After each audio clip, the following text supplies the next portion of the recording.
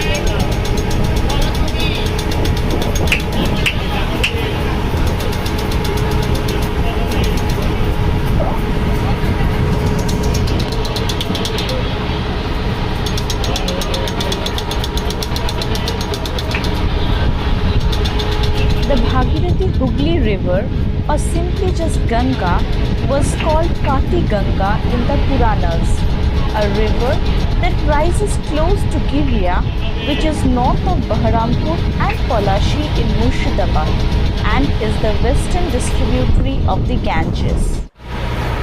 The Howrah Bridge is a